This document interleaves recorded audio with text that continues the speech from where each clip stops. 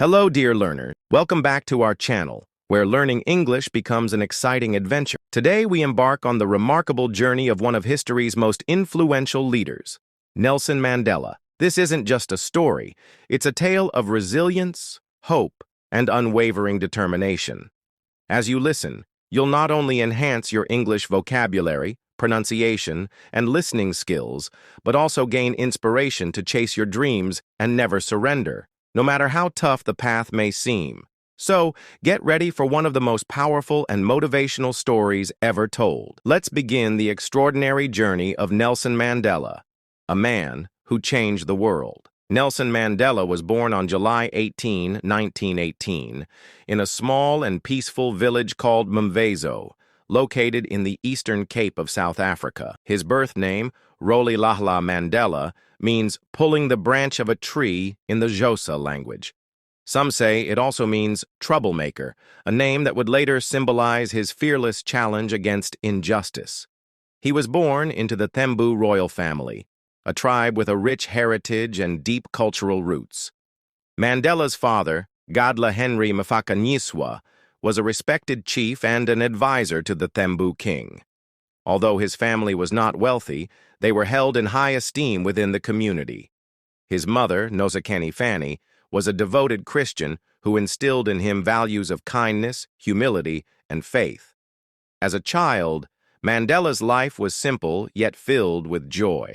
He lived in a small hut made of mud and straw, surrounded by vast open fields and rolling hills.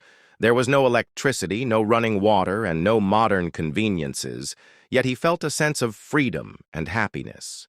He enjoyed running barefoot through the fields, herding cattle, and swimming in streams. He played traditional Xhosa games with his friends and listened intently as village elders shared stories of heroic warriors and great leaders. These tales sparked something deep inside him. One day, his father told him, "A true leader does not seek power for himself, but serves his people." These words stayed with Mandela for the rest of his life. Tragedy struck when Mandela was just 9 years old. His father fell ill and passed away. This heartbreaking loss changed the course of his life. Following his father's death, his mother took him to live with Chief Jongintaba Dalindyebo, a Thembu royal leader. The chief welcomed Mandela as if he were his own son. For the first time, Mandela saw life beyond his small village. Living in the chief's palace, he observed meetings, learned about leadership, and began to understand the importance of responsibility. At the age of 7, he started attending a Methodist school. It was here that his teacher, Miss Midingane, gave him the name Nelson, following the custom of giving African children English names in school. Mandela didn't understand why he needed a new name, but he accepted it and focused on his studies. He became a diligent student, eager to learn about English literature, geography, and history, especially the stories of African heroes who resisted colonial rule.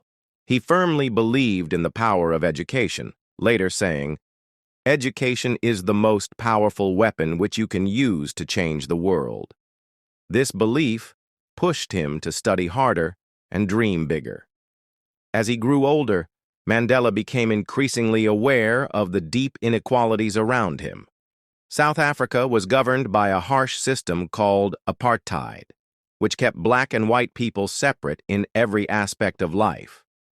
Black South Africans were denied basic rights, including the right to vote, own land, or live in the same neighborhoods as white people. At 16, Mandela underwent a traditional Xhosa initiation ceremony, marking the transition from boyhood to manhood. During the ceremony, elders spoke about their sorrow over the oppression of their people under apartheid. This ignited a deep sense of duty within Mandela to fight for justice and equality. At 19, Chief Jongintaba arranged a marriage for him, but Mandela had other dreams.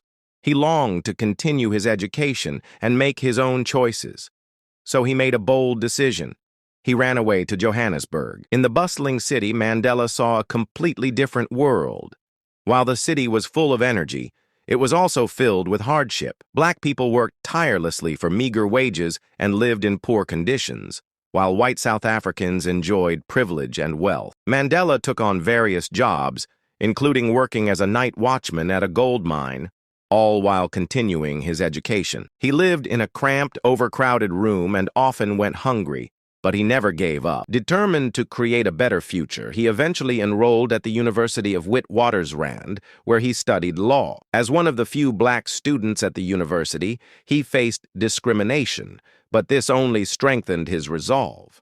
During this time, he joined the African National Congress, ANC, a political movement fighting for the rights of black South Africans. Mandela began attending secret meetings, where he listened to fiery speeches and shared his own ideas about building a fairer South Africa. He dreamed of a nation where people of all races could live together in peace and equality. This dream became the driving force of his life, but his journey would be fraught with struggles, sacrifices, and immense challenges. This is just the beginning of Nelson Mandela's extraordinary story. His unwavering fight against apartheid, his years of imprisonment, and his eventual triumph as South Africa's first black president are testaments to the power of resilience, leadership, and forgiveness. Stay tuned as we continue this incredible journey of a man who changed the course of history. If you find inspiration in his story, share it with others and help keep his legacy alive. Don't forget to like, comment, and subscribe to our channel for more powerful and inspiring stories like this.